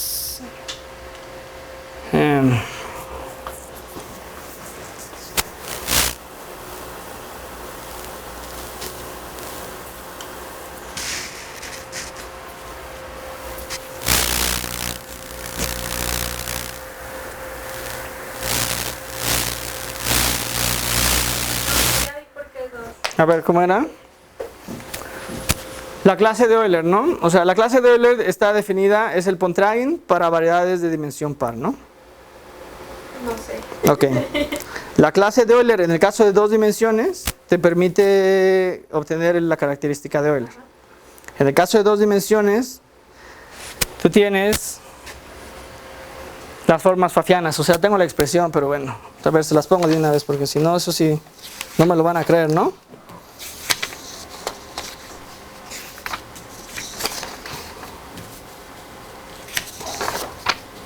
Voy. Sí, es que a mí lo que me había confundido es que, o sea, este espacio fase es 4-dimensional, pero tu métrica solo está en 2 dimensiones, porque nada más utilizas la parte de la métrica que va con las, bueno, para expresar el camino simétrico.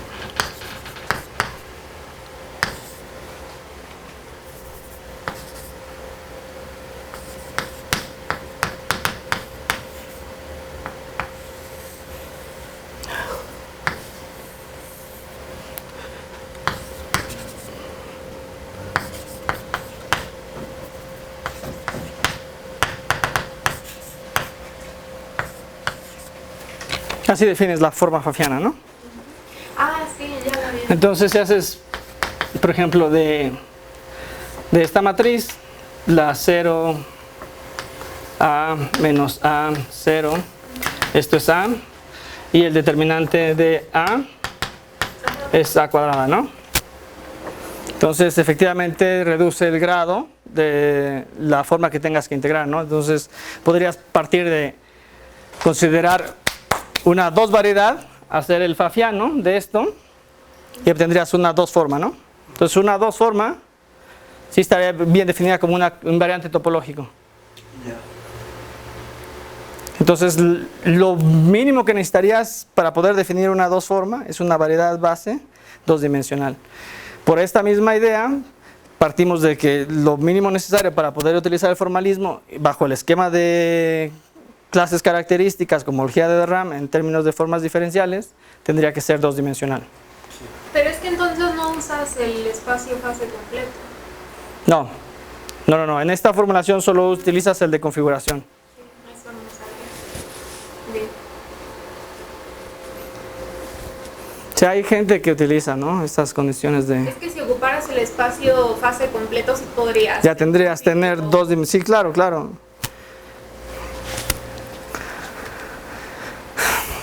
La característica de Euler, como les mencionaba, para este objeto es esta expresión. Si sustituyes lo que tenías acá anteriormente, esta función phi, la pones aquí, llegas a que la característica de Euler es este objeto, ¿no? Se toma el caso límite donde apagas un oscilador, el de asociado al K2 acá arriba, lo apagas y te queda esta integral, ¿no? Ahora, las constantes de integración, ahí es algo que todavía está en discusión, porque en principio tú tendrías que ir hasta el punto de retorno, ¿no? Pero si vas al punto de retorno, esta integral diverge, ¿no?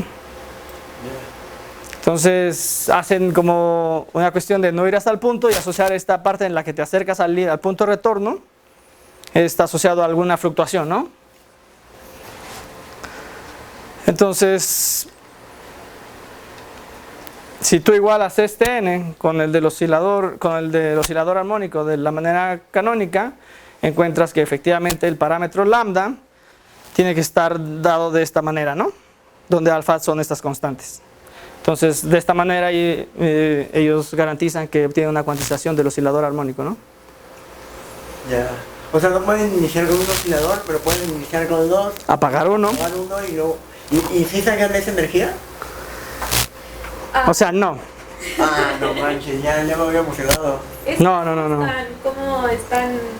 ¿Ajustan las constantes? Las constantes las ajustan para que el resultado sea el canónico, ¿no? Ya. Pero si hay una cuantización. Exacto. Si permitieras este límite de integración que tuviera un cierto parámetro ahí que no esté bien asociado, que lo puedas asociar con un h, entonces te saldría esta cuantización, ¿no? O sea, la cuantización que obtienes es esta, ¿no? Lambda. Ok, ya. K lambda, este cociente, igual a n, ¿no? Entonces, si los lambdas que van asociados al punto de retorno tienen cierto valor, obtienes la cuantización canónica. Serían como los puntos de retorno clásicos. Sí. Ya. Sí. Órale. Sí, esto es puramente claro. O sea, la idea es de no ir al formalismo de espacios de Hilbert y cosas así, ¿no? Bueno, aunque al final casi, bueno, no. Oye, ¿y los observables? Pues exacto, ¿no? Hasta este punto el formalismo solamente habla del espectro canónico, ¿no? De un espectro, ¿no? Entonces, pero aún no define qué es un estado. ¿Qué es evolución? Observable sí, ¿no? Observable sería toda función del espacio de configuración en los reales. Okay. O podrías pasar, si ya tienes la formulación lagrangiana, podrías pasar a la hamiltoniana y ya tendrías que es observable, ¿no? Pero para que este formalismo funcionara bien, tendrías que dar dentro del mismo aspirado principal la idea de qué es estado y qué es evolución. Yo iba inicialmente a trabajar en eso, pero las propuestas hasta ahora no han funcionado, ¿no? Y con esto, bueno, básicamente termino lo que es cuantización topológica, ¿no? Lo que yo hago actualmente no está en la plática, pero ahorita les comento algo si quieren, ¿no? Muchas gracias.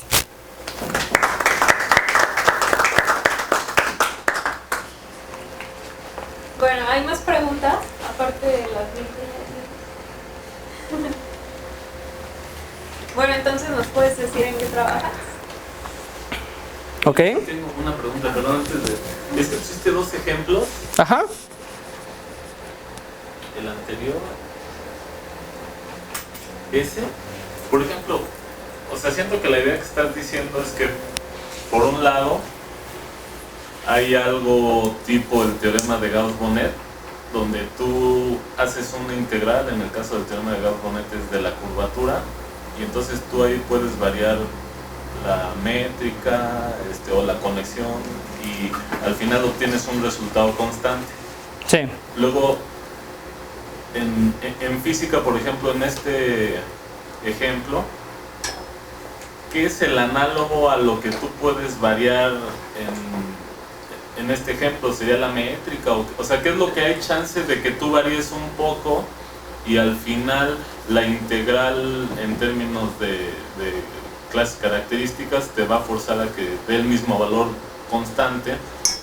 Pero no sé aquí qué es el análogo, o sea, qué es lo que puedes cambiar un poco.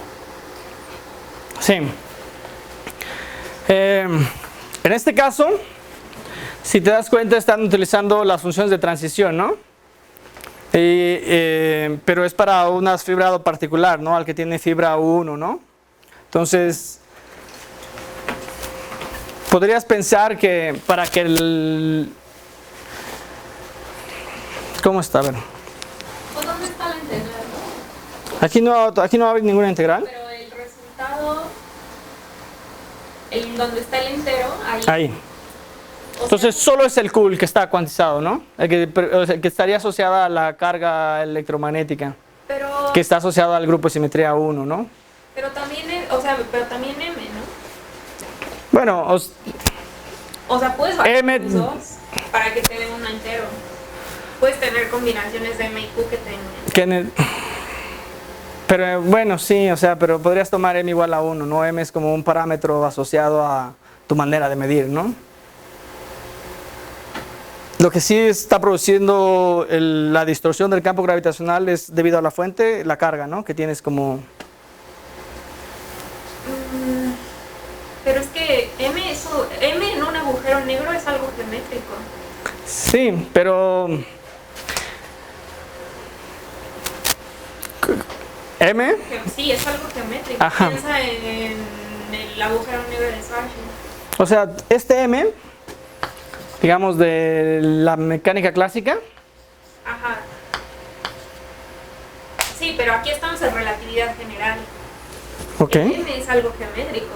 O sea, Sí. te habla de dónde está el horizonte. En este caso es una combinación de M y Q. Pero vete a donde no hay carga. El 2M es un parámetro, es algo geométrico. Ni siquiera tiene interpretación de física clásica de ser una masa. Pero cambiar el M te cambia la topología. No. O sea, ¿es relevante para la descripción topológica del sistema? Porque, o sea, mi primera idea sería que no, pero ahí ya tienes una relación entre M y algo que es topológico.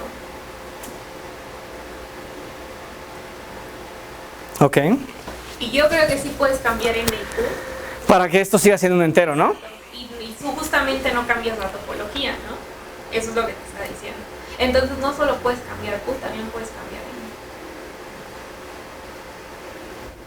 M. Ok. Sí. Y eso automáticamente te mueve la métrica. La métrica cambia porque la métrica está en función de M y Q. O sea, sí. A ver. El elemento de línea, ¿no? Ajá. El elemento de línea entra en el parámetro M y Q, ¿no?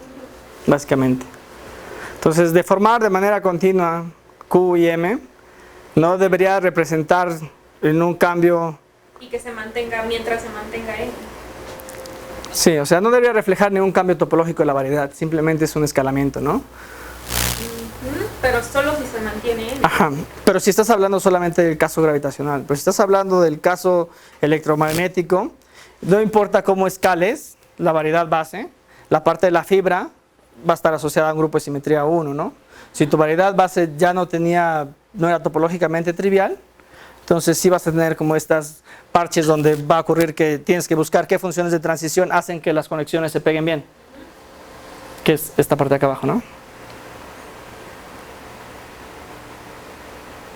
Entonces la parte no trivial es la parte que va con en el 1, la parte que va con R más y R menos, ¿no? que va con el 1. O sea, esta parte es trivial, ¿no? Entonces solo tienes que fijarte en la función de transición en este objeto, que sería como la parte del grupo 1.